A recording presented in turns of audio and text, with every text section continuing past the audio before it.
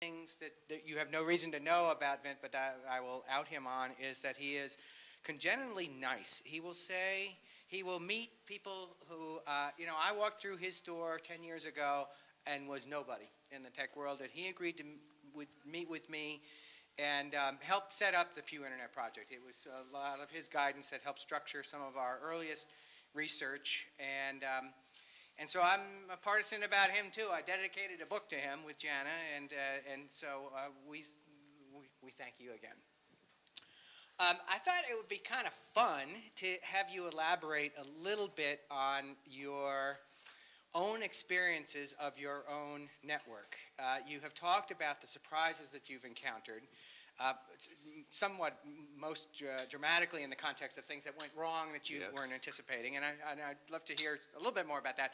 But I'd just be interested in a sort of little autobiography of you and your encounters with things that you never expected to happen on the internet, sort of at the moment you realized that something new was taking shape that surprised you. Okay, so there are lots of little anecdotes that I could introduce here. The first, more general one is that every time a web page comes back with all of its pieces, I'm actually astonished. I'm amazed. If you know all the stuff that had to happen for either the web page to show up or the email to show up or your ping to come back, it's amazing. I mean, it really is amazing. And you look at the pictures I showed with the color charts of the connectivity of the autonomous systems and everything, and you say, how in the hell could all that stuff possibly work most of the time? And so a piece of me is always astonished. Now, for people who have grown up with the net, especially young folks who were born, after, let's say, 1997 or something, the net's always been there for them, for many of them. And so it isn't very remarkable. It's no different than plugging into the wall and getting, electrons to come out, or picking up the phone and getting dial tone. There's nothing amazing about that. It's just there. What is that wonderful expression? Technology is what you didn't grow up with. It's technology if it's new to you, but if you grew up with it, it isn't technology. It's just there. So I am amazed that this stuff actually works. And that I'm not just amazed, but I'm also relieved that people have been able to make business out of it, make it self-sustaining, which is something that I was eager to see happen. I remember the moment when I became committed to trying to find a way to make the internet have a commercial engine under it to support it. It was 1988. It was an interop show. I don't honestly recall whether we may have been in Santa Clara. I thought it might have been in maybe San Jose or not San Jose, but San Francisco and Moscone, but I think it was earlier. Anyway, I remember walking in to the exhibit at the Interop show with Eric Benamou, who at that point may have been the CEO of 3Com. And as we walked in, and I saw a two-story Cisco display. And I turned to Eric and I said, Eric, how much do these cost? And he said, well, maybe $250,000. That's back when $250,000 was a lot of money. And then maybe the people to man it for a week and so on might be another $250,000. And I remember just stopping dead in my tracks thinking, holy moly, Cisco thinks that they are going to make a lot of money out of the internet, or they wouldn't be investing this kind of thing. And so I immediately said, well, how the hell are we going to get the internet out to the general public? Because up until that moment, there was no access by the general public at all. You wouldn't have a very interesting continuing analysis that you've been doing for Pew because nobody had it except the academics. So I was committed, literally, that moment, to looking for a way to allow commercial traffic to flow on the government-sponsored backbones. And I got I got permission to connect MCI mail to the internet around the middle of 1988. And when we finally got that gateway built, it was 1989. And as soon as we announced that we had this commercial email system connected to the public internet, it wasn't public, to the government-sponsored internet, the NSFNet backbone. All of the other commercial internet, commercial email providers said, oh, we have to be connected too. We don't want these MCI guys to have this special position. And so they all connected up. And the side effect of this was that they could suddenly communicate with each other, which they had never been able to do before because they were isolated email systems. And that was an unanticipated side benefit of getting them onto the internet. But the most important benefit was to break the policy in the government that said no commercial traffic is allowed to flow over the NSFnet backbone. So that's an example of the sorts of things that moments that I remember and I'm astonished by. I can also say that in the fairly early days of Internet's deployment, when I would get email from somebody in Antarctica, for example, I would leap around saying, my God, I can't believe it. There's somebody in Antarctica that's connected to the internet. This is amazing. Or from Ulaanbaatar, or from some other part of the world that I didn't know had been connected somehow. I still get excited about stuff like that. It's like being on ham radio and getting, a CQ from somebody on Mars. It's just really cool. So those are the sorts of things that for years I treasure, and I continue to experience surprises like that all the time. How about that dark side experience where you saw something unfolding and said, uh-oh, this can't be good? Well, the first time an advertisement was distributed on the ARPANET from Digital Equipment Corporation advertising for a job, I remember the small nuclear explosion that happened. And after that, when the general public was up and spam started to be a problem, that was really bad news. And we could see why it was happening. Email was free. It wasn't free when we did the commercial email services. It was $1 per email, if you can believe it. People paid that. That didn't last very long, but they paid $1 per email when we first opened up MCI Mail. If we had found a way to keep charging a little bit for email, spam would have been much harder, I think. So we have that problem. And when the first serious denial of service attack happened, not only was there an uh-oh, this isn't good news, President Clinton convened a meeting of about 24 of us in the White House to find out what this was all about. And it was one of those really interesting meetings for several reasons. The first one is that we were in the cabinet room, and I brought a laptop. This is back when it was okay to bring electronic equipment into the White House. I mean, today, you have a problem doing that. But so I bring my laptop in, and now I can't find any power place to plug it in. I'm crawling around under the table looking for a place to plug in. So I finally find a socket somewhere on the wall and plug in. We have our meeting. The president manages to get around to every single technologist sitting at the table. And at the end of the meeting, a lot of them ran off to talk to the press. I'd done enough of that, so the president and I just chatted for a bit. And he said, that was a really amazing meeting. And I said, well, why do you say that, Mr. President? He says, well, we actually managed to get around to everybody in the room. And I said, well, why is that surprising? He said, well, when these are engineers, and if somebody was asked, what do you have to add? And he said, my points have already been made, go on to the next guy. He said, if this had been a room full of lawyers, they would have repeated what somebody else said just to say something, even, if it wasn't necessary. So he was surprised that engineers were, kind of focused on being efficient. But the level of scrutiny of denial of service attacks reaching the president in the White House was pretty stunning. And of course today, if you follow any of the cyber warfare, cyber security debates that go on, you know that not only is the level of attention very high, but it's also very broad and very international in scope. It's a serious issue. This is what happens when the general public gets access to a technology and chooses to abuse it, or when nation states or other bad actors get hold of a technology and seek to extract from it some benefit. So whether that's organized crime or botnet herders or countries that want to disable some other country's use of information technology for whatever reason, political or otherwise, those are all not good things. But I think we have to accept that when something becomes this essential to the infrastructure of so many different countries, people, and activities that we're going to experience these kinds of problems, and we have to learn how to cope with them. And are there obvious things now that, as you look back, if you knew then what you know now, are there things that would have been pretty easy to have created in the architecture? If you hadn't said pretty easy to okay, do, sorry. I would have said. Strike that. Yeah. Well, no. Are there things I wish I could have done differently? Yes. The obvious one is, why didn't we pick 128 bits of address space in 1977 when we made the decision? I made the decision that the internet only needed 32 bits of address space. And many of you have already heard this story, but it's a very simple one.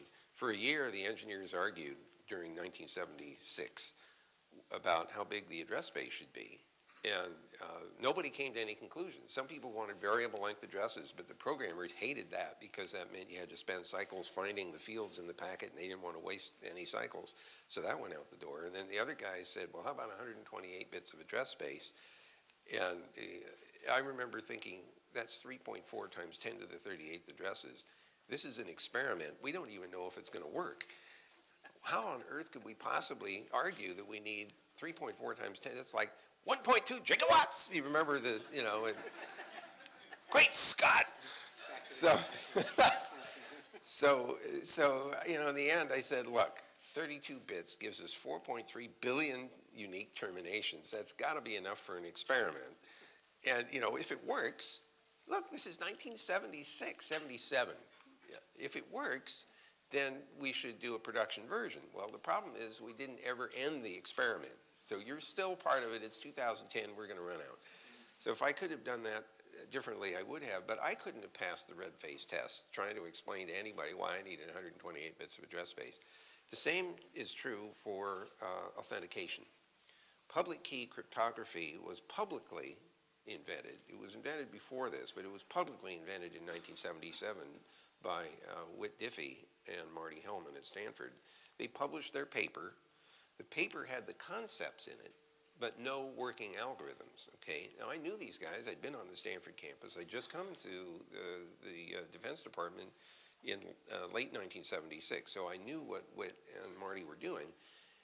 And looking back on it, if I only had known that there were algorithms coming that could be applied to this public key crypto trick, I would have wanted to put that into the system as early as possible in order to have very strong authentication mechanisms at several layers in the architecture. But as it happens, there wasn't anything to implement until 78, 79, and by that time we'd already frozen the design. And we were well on our way to getting implementations done and couldn't retrofit that very effectively. So yeah, I wish that we could have done some of these things differently, but I'm not even sure we could have persuaded anybody that we should do those, just given the timing. You might have heard that in recent days, and maybe even preceding recent days, Larry Lessig, the great legal thinker about the internet and strong advocate for lots of interesting policies, gave a speech in which he talked about an I-9/11 event. Have you heard this? I haven't heard his speech, but I've heard many people suggest that there might be an info 9/11. The burden of his talk, he talked about a lot of things, but got to a point in his speech when he was talking about the possibility of government intervention in much more substantial ways in monitoring and assessing what was going on online. Richard Clarke, the former White House national security advisor, both in the Clinton and Bush administrations, allegedly told Larry, and Larry said in this speech, that the government has at least a plan for potential intervention after an information 9/11 type event. Not necessarily a bombing attack. It's not a parallel to the terror attacks on physical property, but something huge orchestrated by somebody who meant us no good. And that Clarke said that in a drawer in the Justice Department, there is already a document almost ready to be sent up to Congress the moment after that happens, involving a lot more government activity online, monitoring online. And the quote from Clarke to Larry Lessig was, Vint Cerf is not going to like it very much. I actually had this discussion with Richard Clark at one point several years ago. Tell us about it. And well, it was in some, we were at a luncheon together, and this topic came up, and Larry is correct. I didn't have a positive response. Part of the problem is that the responsibility for the net is very diffuse. Each of us has a little responsibility for the nets that we run at home, and then things get bigger and bigger as they coalesce. This doesn't mean, however, that there should be no concerted thinking about what to do in the event that there is some kind of a massive failure of this communications infrastructure. So you know that when other major calamities occur, whether it's natural calamities like a hurricane or tornadoes or flooding and so on, at some point the government can choose to declare a martial law in a certain territory and assert that they have authorities now that they wouldn't normally exercise in order to maintain order and safety. I can understand a rationale along those lines. What I don't fully understand, and I've not seen the documents that are referred to here, I don't fully understand the mechanics. What is it that one would want to impose? What actions would one want to take? What actions would one want to proscribe in the event of one of these things? Now, anyone who's running any piece of the internet today, especially any significant piece, a global backbone, for example, is conscious of massive attempts to undermine and interfere on a regular basis all the time. There's software out there running in the botnets that are doing port scans and that are doing pings and other kinds of things to try to figure out what's out there and whether any of it can be compromised. Most of the targets of compromise, for the most part, have tended to be our machines, the ones that you and I use at home, especially the ones that are on dedicated facilities that have relatively high speed. And a lot of us are not in very good shape to protect against becoming a part of a botnet. The pernicious thing about this is that the guys who do this are very interested in keeping you from being aware of the fact that your machine has been compromised. They're very eager to make use of its cycles without making it obvious to you that that's happening. So, they don't want you to send 10 million emails out of your machine and tie up your access to your internet service provider or slow your computer down. What they want you to do is they want their software to just send a few messages out. Maybe it's a message every 10 minutes or a message every 2 seconds or some small number.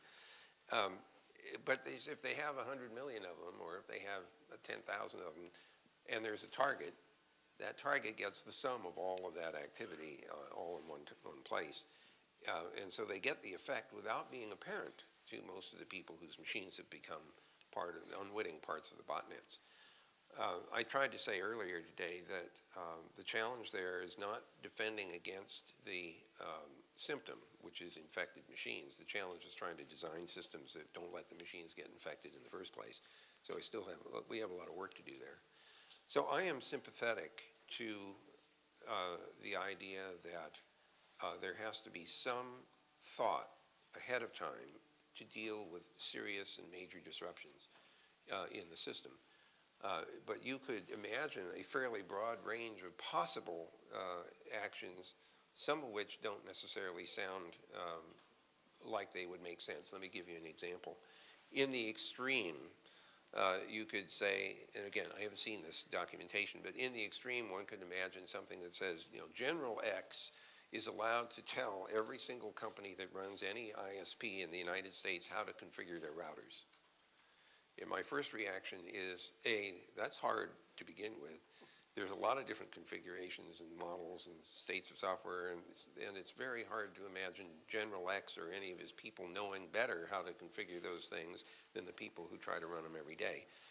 So I can imagine some fairly silly things in such an action plan, but I can also imagine some very valuable things, like allowing companies that might otherwise be competitors to collaborate and cooperate together in order to build up defenses or to reconstruct the system. And so that sort of thing, I think, could be beneficial. I hope that if there is such a plan, that the openness of the Obama administration will allow scrutiny of the plan so that there can be some thoughtful commentary about it. But as I say, I haven't seen it. One of the other kinds of attacks, though, that can happen beyond the ones you described have actually occurred at Google, towards Google, aimed at Google users. It wasn't just Google. Yeah. I mean, this was an attack against a number of different companies besides Google. And the apparent objective of this concerted attempt at penetration was to identify the online instances of political activists, Chinese political activists. There may have been other purposes including attempting to get intellectual property from American companies for purposes of competition. Yes, those are attacks that we are very concerned about as well. What role does the Internet Google evangelist play in those deliberations? Were you part of the strategy team? Me to respond to the Chinese attack specifically? Well, I'm not part of the operations group, so I wasn't down there reconfiguring routers or anything like that. I'd be incompetent to do that. I'd be one of the guys that would be the subject of here's an example of how you can screw up big time. That would be me. So, no, I wasn't doing that.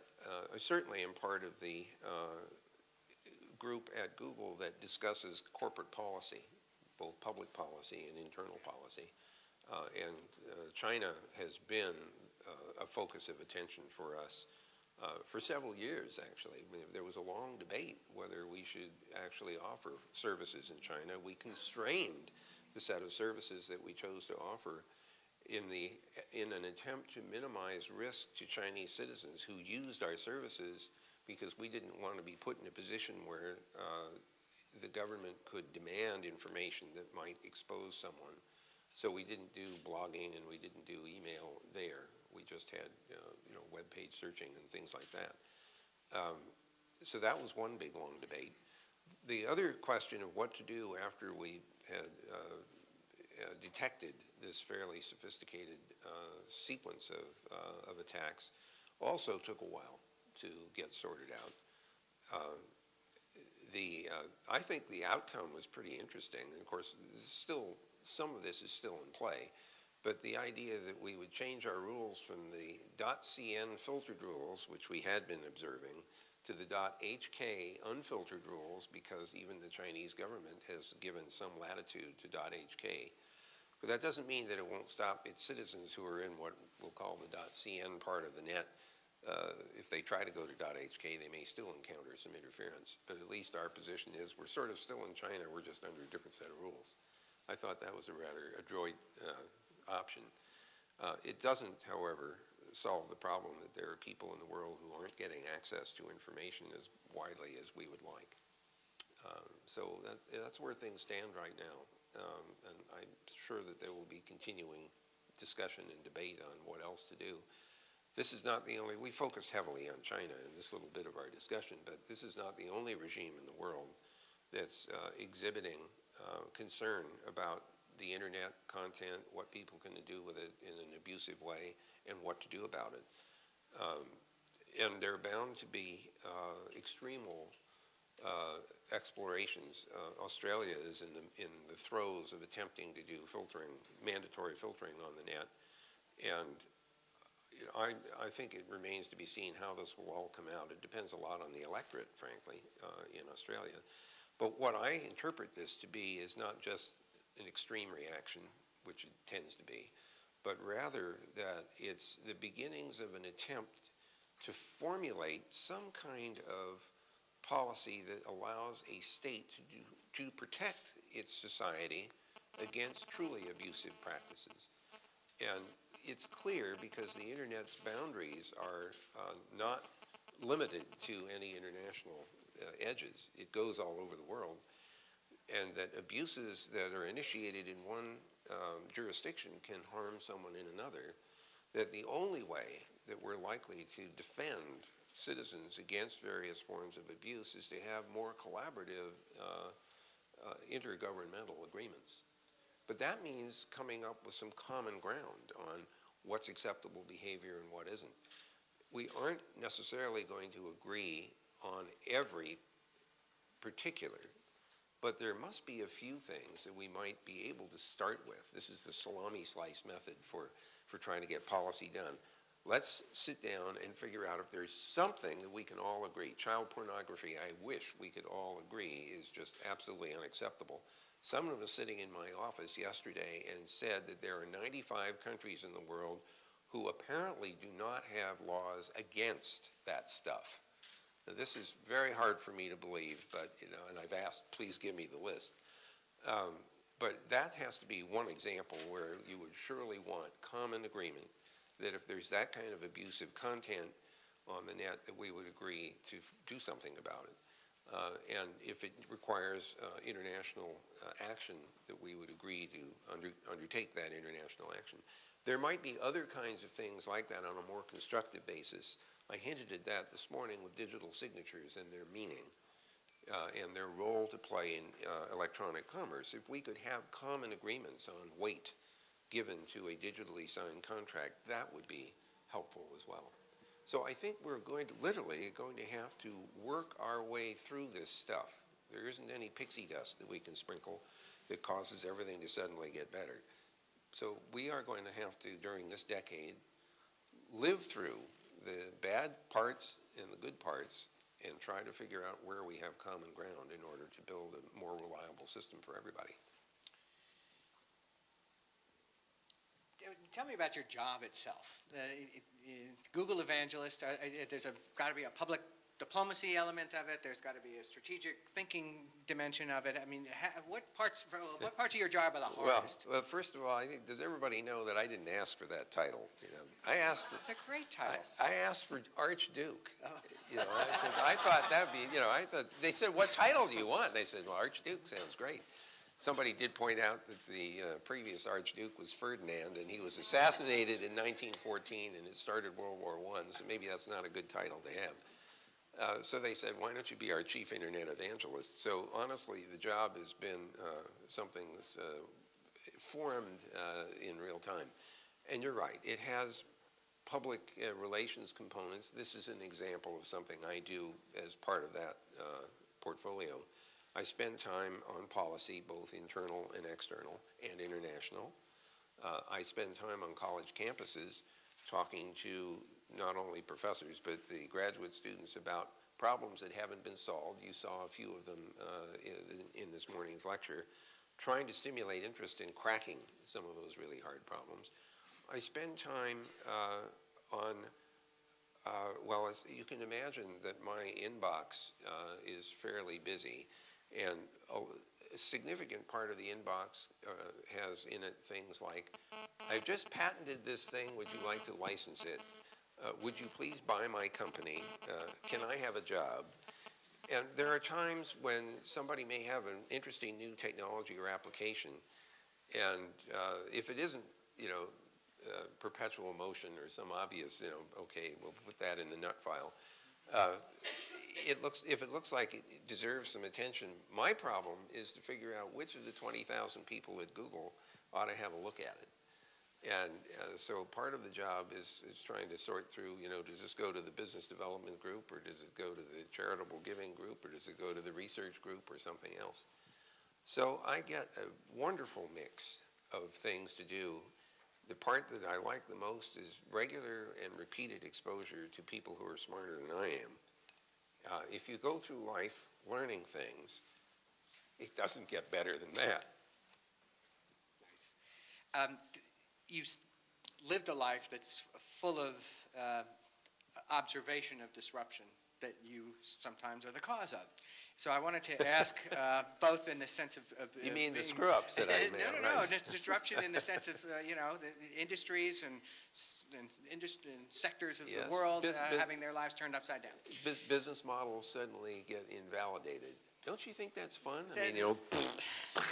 Well, there are a bunch of communication scholars in this room. There are a bunch of technologists in this room. There are a bunch of journalists in this room. And obviously other academics from other disciplines. And all of the things I've just mentioned are under siege in some respect. And Google, in some respects, is at least part of the story of their being under siege. Eric Schmidt has been sort of most aggressive, at least in my observation, in thinking about, very publicly, the impact on journalism. And I wonder if you could tell us where Google's thinking stands about what kind of contribution it might make, where the traditional forms of the business themselves might have to be changed and maybe nursed along in some ways by Google. Okay.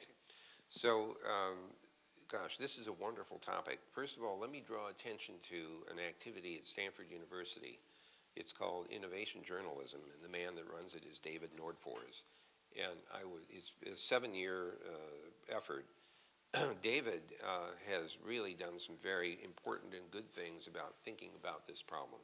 So I would just draw your attention, if you just do a Google search on innovation journalism, you'll turn it up, I'm sure. First of all, good quality journalism is incredibly vital, especially to any democratic society. And although it is sometimes popular to say, well, we've all turned into reporters, the bloggers are producing news, they're producing analysis, what's the problem? The answer is that although it is true that you will find some depth of understanding in some blogs, that it's a little bit like saying 10% of the blogs are incredibly precise, accurate, and everything else, and 90% are less so. The problem is it's not always clear which 90% and which 10%. So part of the problem is, as consumers of this content, is figuring out which stuff we should believe, basically, or use in the course of making our own judgments. And there are a lot of tools associated with the conventional news reporting that we use in order to make that determination. This is the critical thinking step that we should all be making about the information that we get, no matter where we get it, whether it's on the net or television or radio or magazines, newspapers, our friends and our family. We should be thinking critically about this. So what do? Well, we use brands as a clue. So branding can be a very important mechanism. I think it will be just as important in the online environment as it is in the offline environment. And I think you'll see reputation mechanisms are still very powerful as branding tools. In the blog world, there are some blogs that are followed by a lot of people. And that the mere fact that they are following the blogs imbues them with a certain amount of authority. It doesn't mean necessarily that they are accurate, but it does mean that a lot of people are persuaded to pay attention to that. I've noticed, this is something that in your earlier discussion, this question came up of how do you deal with all of the input. The idea that your friends help you is very true. I get an awful lot of attention-getting messages saying, go look at this YouTube video, or go read this article, or go look at this book. And I rely on that to a great deal because the people, and of course I'll rank order what I respond to based on what I think of the person who sent the advice. The economic problem that we have with journalism today is most apparent in the print medium.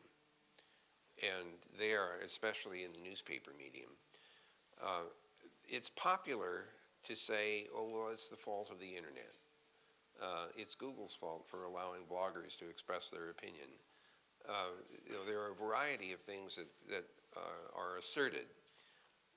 Our chief economist, Hal Varian, has done some very interesting studies looking at the newspapers for the last 20 years, showing that there has been a steady erosion of the economics of newspaper for a lot of time, well before the internet was as strongly established as it has been. And there are reasons for that. It has to do with our societal attention deficit syndrome.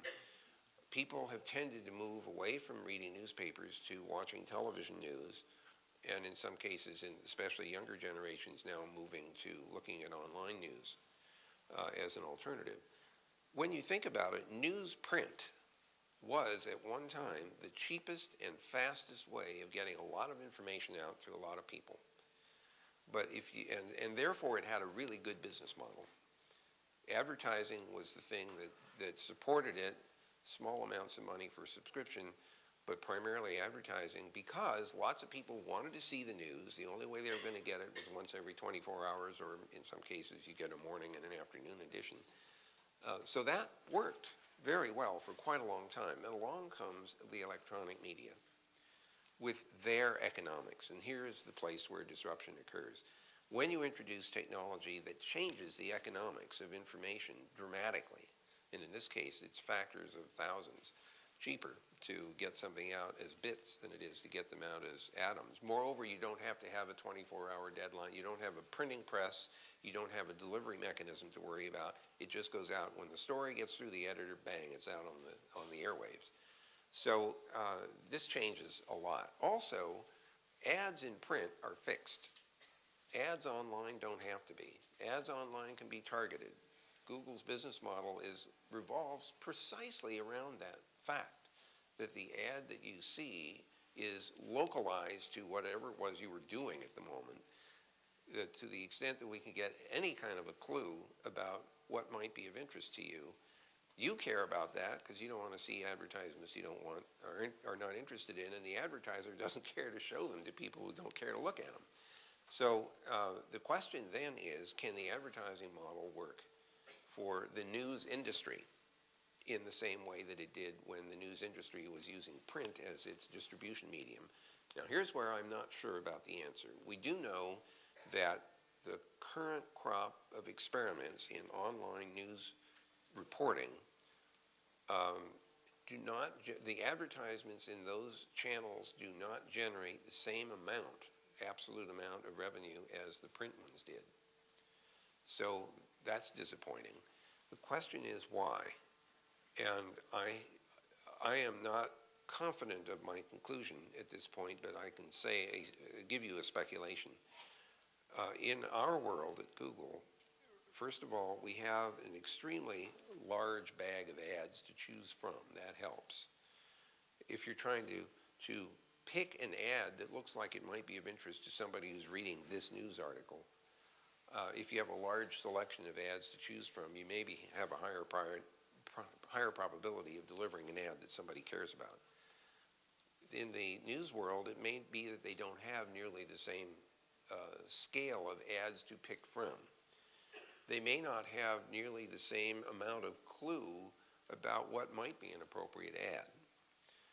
So now this leads me into very speculative territory. This is not a Google position. This is just Vint Cerf speculating. But I think that if the news industry is to survive in this online mode, it's going to have to supply something beyond reporting. I believe it's going to have to engage with the readers and allow them to take the news that they are getting. And that sounds like somebody, it might be me, with a mobile that's turned on that shouldn't be. Put it over there. Sit, stay. Right. Let's see. I think that we would want to engage with the readers in such a way that the news that they're reading allows them to take some actions that the news suggests would be beneficial to them. Now, not every news story has that property, but for those news stories that suggest this news article may be important to you personally, you should think about taking an action, whether that's going on vacation or changing your automobile insurance or having a medical checkup or signing up for a new education program, whatever it is. If there is an action that might be credible, then the reporter, the reporting engine should give you some options to let you take actions now, as opposed to jotting something down and trying to do it later. So this more engaged form of news reporting might turn out to be a very interesting way of gaining readership and also increasing the likelihood that advertising could support the business. One other fact. I was in, Alejandro, you will be able to help me with this. There is a newspaper called Reforma, and I visited the senior executives while I was in Mexico City a while ago. They are making money on online news reporting in addition to their offline print. They charge people, and the way it works is they charge them some value, X, for the printed version, and if you get the printed version, you get the online version for free. If you don't want the printed version, they'll charge you 2/3 of X or something, because they recognize that there's a reduced cost of not having to deliver the paper. And they are getting people signing up for both of those things. Now, why are they paying for the online version? The answer is the quality of the news reporting is so good that people want that information and they're willing to pay for it, which suggests to me that quality of news reporting is now important. And now we get to the death spiral problem. If the engine that was supporting quality news reporting was advertising, and it isn't working, classified ads have gone off online, the other fixed ads are not doing the job they did. If your revenues go down, then you can't maintain the staff you need in order to do good quality reporting. So what happens? You fire the staff, the quality of the reporting goes down, fewer people subscribe, and the thing starts to evaporate. So we are very conscious of this problem at Google, and are interested in exploring ways in which this problem can be remediated. I don't know what the right answers are, but I know that to get to them, we're going to have to try some experiments. And people are going to have to be a little braver about going online and doing things that they might not have thought to do before, just so we can find out whether some of these new ideas will work.